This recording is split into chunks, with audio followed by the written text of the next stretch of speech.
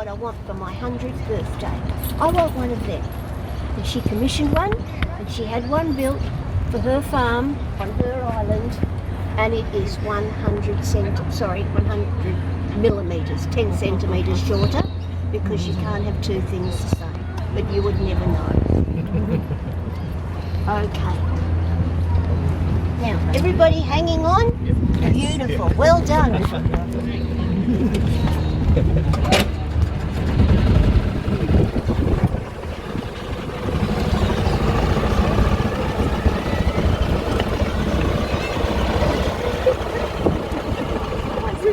When I explain it to you, you'll understand it all completely. That's a bird. It's coming down to land. It's called flight arrested. It's steel. It's just been welded together. The big steel plates have been welded together and painted black. Now that was made by Inga King. And Inga is German, and she left Germany just before World War II. And she went to England and she met the painter, printer, Graham King. They got married and she eventually came back to Australia. And she built that in 1960-61. She's just a little petite woman, and she lifted those steel plates to weld them. No block and tackle, just lifted them. And it was very unusual to be a sculptor in Australia in the 60s, much less for women. Again, on the lake, there's two birds. The male bird is pursuing the little female. He's bigger, he's more colourful. They're aqua and orange and black, and they're the birds of paradise colours. And Inga and her husband got in a little boat, rowed out there. There was a crane here to lift the birds over and put them in place. And they argued the entire time. She got them put where she wanted. They're her sculptures. The island is a nightmare for the whippersnipper, but that's how we keep the grass green. And as you can see, because it's a lovely sunny day, our wood ducks are out, and they're just down this area. This used to be on the freeway on the corner of the Frankston-Cranbourne Peninsula link here. What a place to have this amazing, beautiful, tranquilising, meditative sculpture right in the middle of a huge intersection. But it's part of a competition that the Peninsula Link runs, and when it's been there in situ for 3 years, we get it here permanently. There are truckloads of cement under there to hold those bolts down. It's not going anywhere. Now it's by Phil Price again, who made Retitus. So it's carbon fibre steel, and again, it's the tree of life. A symbol that's been in the Bible, religion, folklore, mythology for thousands of years. Even you see it now on ladies' jewellery and that sort of thing. And it represents the tree, which is the roots as your ancestors. The trunk of the tree is life as you're experiencing it now, knots and all. And the leaves and the branches and the flowers are prosperity and the future. Now there's 20 joints in that particular tree that twirl just with the wind, and the ball bearing in each joint. Now Phil, used to the artist, used to like to tinker away with antique motorbikes. And if you've ever driven a manual car, you know the lower gear is a stronger gear. If we were to have typhoons and hurricanes, monsoon winds, they would actually slow down because he's got a gear clutch system in the joints. So, when we got big winds, which we've never had here, not like up in the north, they would actually slow down. They'll never break off, they'll never bump into each other.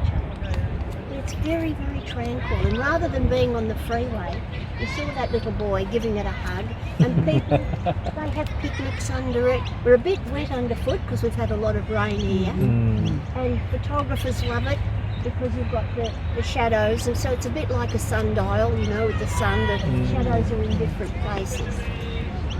But it's very relaxing.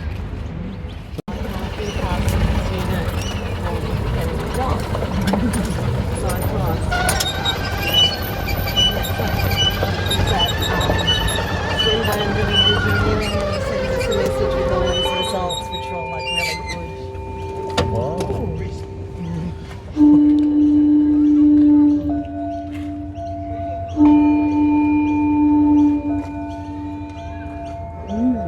started the music by driving past. All right. That's a sensor. Oh no. If you got lights on at home, but in the dark, people come to knock on your door and the lights go on. Instead of lights, the music comes on with the sensor. We've got speakers coming out. It starts off with beautiful gongs and chimes, Asian sort of Eastern music.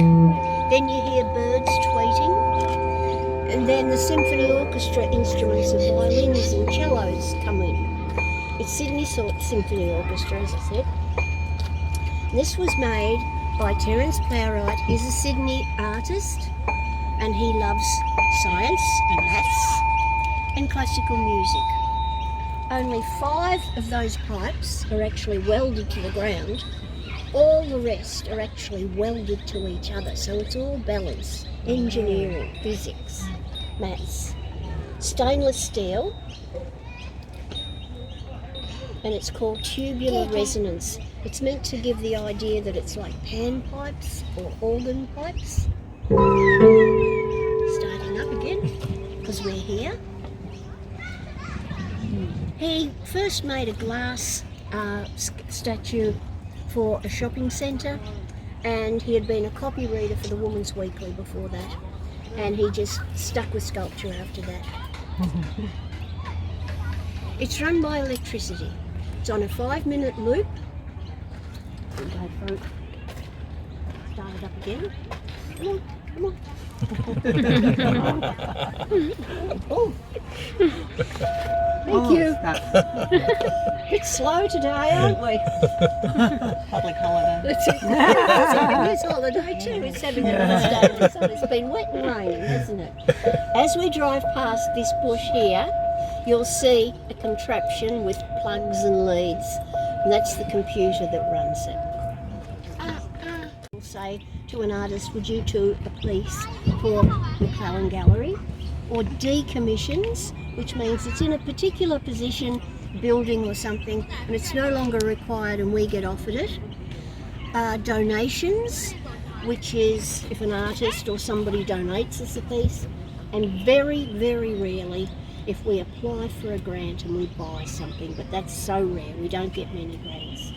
This particular white one down there was a commission, then a decommission, because Tarak Soft Drink asked the artist, Peter Clelland, if he would do a piece for the National Gallery of Victoria in St Kilda Road.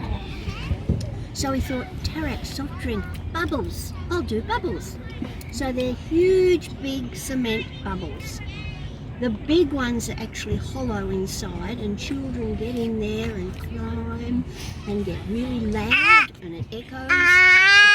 It's excited by Peter Clelland, who did bubbles, but he does a lot more than just concrete.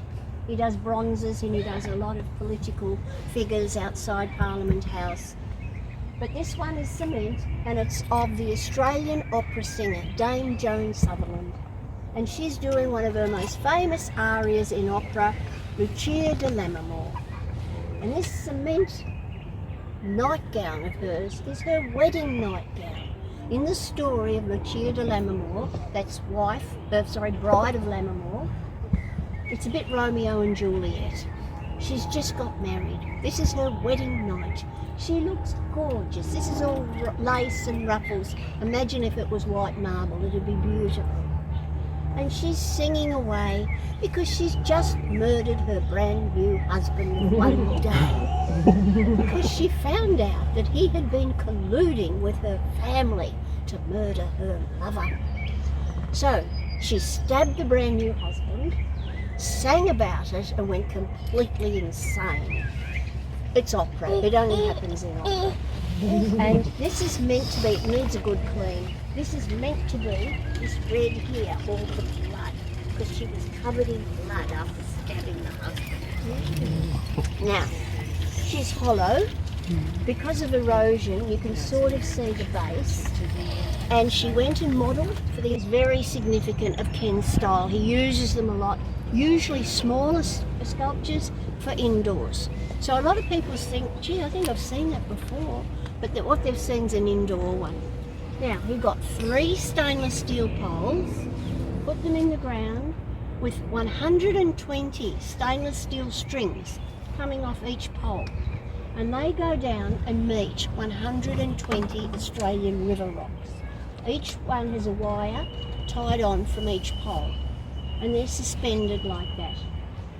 Now, if we'd had a lot of rain, drenching, saturating rain, and the rocks are all wet, because they're wet, they're more intense in colour, and you get to see the greens and the browns and the ochres and the oranges, whereas now they're kind of like dull and creamy grey organic colours.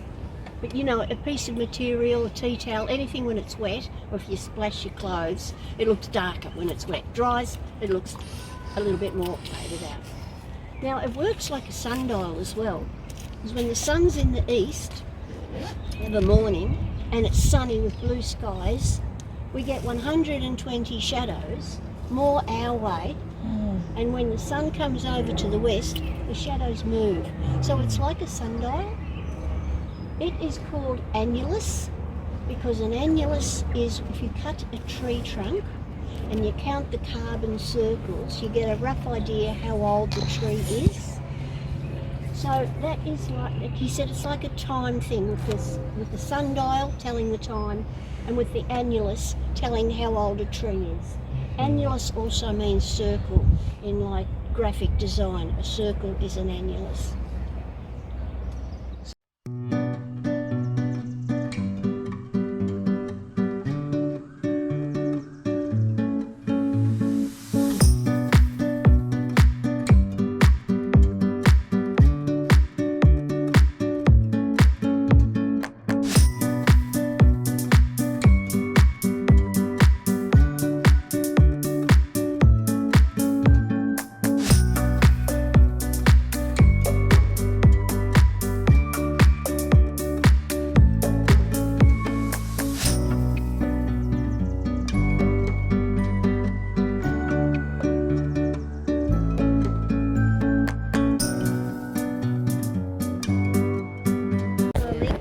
Down near Sky Road, part of the same competition that the Tree of Life was on.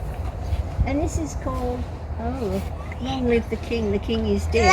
That's the title. A bit apt at the moment, isn't it, or not? But it's commonly known as the Ram's Head. Now, there's only 4 pieces to this sculpture. There's the 2 curly horns, and then the little piece that's coming out of the ground that gives the illusion that there's bone, if you will, under the ground. And then there's the skull. Now the skull isn't touching the ground, it's actually cantilevered into the horns. It's just pushed in. It's not bolted or welded or riveted or nailed in anyway, or screwed in. It's just pushed in by weight. And it's made of corten steel. Artists love it because it's a mild steel, it's comparatively cheaper, easier to work with, and it doesn't rust because they spray it with an acid, usually sulfuric acid, and it rusts, then it stops and it won't rust anymore. If you were to rub your hand over it, whether it be dry or wet, it feels more like suede, not like the sandpaper that it looks like. And it was developed by a company called Corten to build lots and lots and lots of ships that go around the world carrying containers, quickly, effectively, cheaply to be built and not rust. That's the Ram's Head. When you drove past it, it didn't look nearly so large or majestic as he does there. But he's living here permanently. And the artist loved being taken around as a child by his parents and mushrooming and picnicking, probably in areas now that are housing estates. And he would like to see all the old bones in the paddocks that had just been left there. So he's made a great big one.